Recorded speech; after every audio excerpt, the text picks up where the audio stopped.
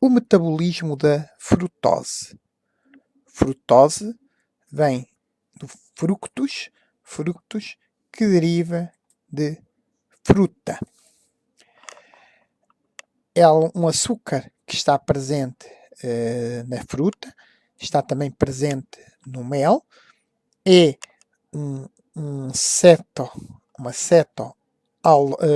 uma cetoexose, portanto temos aqui acetona e 6 carbonos, é um isómero da glicose, da galactose também, da manose. Habitualmente pode estar presente ou na forma de furanose ou de piranose. A maior parte das vezes é apresentada na forma de furanose por ser aquela forma que maioritariamente interage com as enzimas. Para além da fruta e do mel, está presente na sacarose. A sacarose é um polímero de glicose e frutose e está presente em muitos edulcorantes, concretamente no chamado High Fructose Corn Syrup, o xarope de milho com alto teor de frutose. No nosso organismo, não é muito frequente, mas aparece, é produzido pelas vesículas seminais para o sêmen, o que representa uma vantagem para os espermatozoides que, pelo facto de se alimentarem de frutose em vez de glicose, acabam por usar um açúcar que não é consumido pela flora vaginal. Já vimos a digestão e absorção da sacarose, de qualquer forma, e para que fique todo o metabolismo da frutose num único local. Revendo, a sacarose é digerida pela sacarase, uma enzima bifuncional que acumula a ação de sacarase e de isomaltase, é quebrada em glicose e frutose, que em função da quantidade de sacarose poderá aparecer em grande quantidade. Para além disso, sabemos também que há outros alimentos que podem eventualmente ser ricos em frutose e há alguns alimentos em que a proporção de glicose e de frutose está deslocada no sentido da frutose. A glicose, como já vimos, é absorvida por um transportador dependente do sódio, portanto é um cotransporte com o sódio. Cotransporte este que está facilitado porque a bomba de sódio-potássio presente no polo basolateral permite, faz sempre a saída, a extrusão do sódio da célula, a saída do sódio com a entrada de potássio, e aqui sim gasta-se ATP, daí que se chama este tipo de transporte ativo secundário. Contudo, a frutose não partilha o mesmo transportador, mas entra por um outro transportador, o chamado GLUT5, que faz a entrada da frutose a favor do gradiente. Este gradiente existe habitualmente porque praticamente não há frutose dentro das células, e também o que facilita a sua entrada, e parte da frutose pode ser convertida a glicose, que depois vai naturalmente para o sangue junto com o restante de glicose, mas também alguma da frutose pode passar eventualmente pelo mesmo GLUT2, e aqui sempre a favor do gradiente, uma vez que, como eu referi, praticamente não há frutose no nosso organismo, e portanto ela passa sempre a favor do gradiente. Alguns autores referem a possibilidade de haver também algum GLUT5 aqui além do polo apical, também no polo basolateral. A maior parte da frutose é metabolizada no fígado e habitualmente, daí que habitualmente não haja frutose na corrente sanguínea. No fígado, a frutose é fosforilada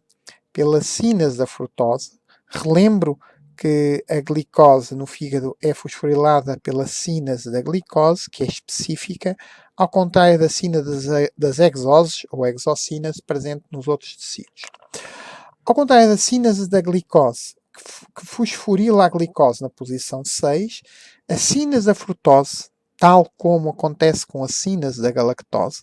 podem ver no vídeo sobre o metabolismo da galactose, fosforila na posição 1. Ora, este 1-fosfato de frutose é também alvo da aldólase B, a mesma enzima que aparece na glicólise. Na glicólise falei de várias aldólases, a A, a B e a C. A A está presente na maior parte das células, a C, especialmente a nível cerebral, e a aldólase B, que é característica do fígado e que ao contrário das outras, além de poder quebrar a frutose 1,6-bisfosfato que aparece na glicólise, também quebra este fosfato 1 de frutose, ou frutose 1-fosfato, e neste caso forma-se na mesma o fosfato de dihidroxiacetona, mas como só temos um fosfato, forma-se um gliceraldeído que não está fosforilado, mas que será posteriormente fosforilado pela sínase das trioses, formando-se então o 3-fosfato do gliceraldeído,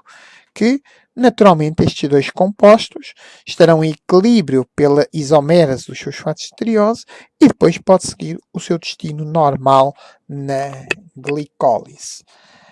Assim, o fosfato ou a frutose que aparece no fígado, pelo gasto de 2 ATPs, é convertido a fosfato de dihidroxiacetona e fosfato de gliceraldeído. Este então será o metabolismo da frutose a nível hepático, fosforilação no carbono 1, quebra em duas trioses e depois fosforilação do gliceraldeído, que é, como referi, muito semelhante ao que acontecia na glicólise, que no caso do fígado é feito pela sínase da glicose que, como referi, fosforila na posição 6 e depois via a conversão a fosfato de frutose e depois a segunda fosforilação formando a frutose 1,6-bisfosfato. Se por acaso existir alguma frutose no sangue, ou que se escapar eventualmente ao fígado, os outros tecidos podem-na utilizar, mas neste caso ela é fosforilada pela exossínase, ou sínase das exoses, que, como referi, não é específica, e neste caso fosforilará esta frutose não na posição 1, como a sínase da frutose hepática, mas na posição 6 e, portanto, entrará naturalmente na glicólise. O passo seguinte, se recordam, é a quebra aldolítica pela aldólase A nos outros tecidos, ou C no caso do sistema nervoso central, mas a aldólase B no fígado. E reparem que no caso da glicólise formam-se exatamente os mesmos produtos do metabolismo da frutose. Só que, enquanto que na glicólise esta segunda fosforilação efetuada pela fosfofrutossinase 1 é um passo importante de regulação, no caso do metabolismo da frutose não existe este passo e, portanto, a entrada de frutose a nível no fígado leva a um aumento bastante elevado destes dois compostos. Isto tem ou pode ter consequências metabólicas. Olhando aqui para o conjunto do metabolismo destes açúcares, verificamos que a frutose entra diretamente no fosfato de hidroxiacetona e fosfato de gliceraldeído, aumentando a quantidade destes compostos, porque ultrapassa o principal ponto de regulação da glicólise, a fosfofrutossinase 1. Isto vai permitir aumentar a formação do fosfato de glicerol, importante para a síntese dos triacilgliceróis, fundamentalmente, mas também dos fosfolípidos, e aumentar também a degradação destes compostos, a piruvato, a sua entrada na mitocôndria, a formação da acetil-CoA, que, se não for necessário para a obtenção de energia, será desviado para a síntese de ácidos gordos. Ora, estes ácidos gordos, juntamente com o glicerol 3-fosfato, permitem aumentar a síntese de triacilgliceróis. E daí que esta passagem, ultrapassagem do ponto de regulação por parte da frutose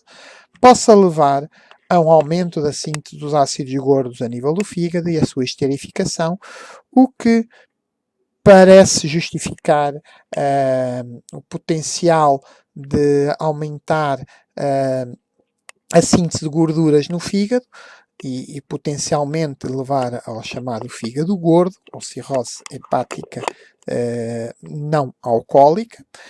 E para, além disso, parece também contribuir para a obesidade. O aumento destes compostos pela via reversível da via das pentoses poderá aumentar, levar a uma pressão de aumento do fosfato de ribose, que não chega propriamente a aumentar, é convertida a PRPP, a nucleotídeos que, porque não são necessários, são degradados, originando ácido úrico, e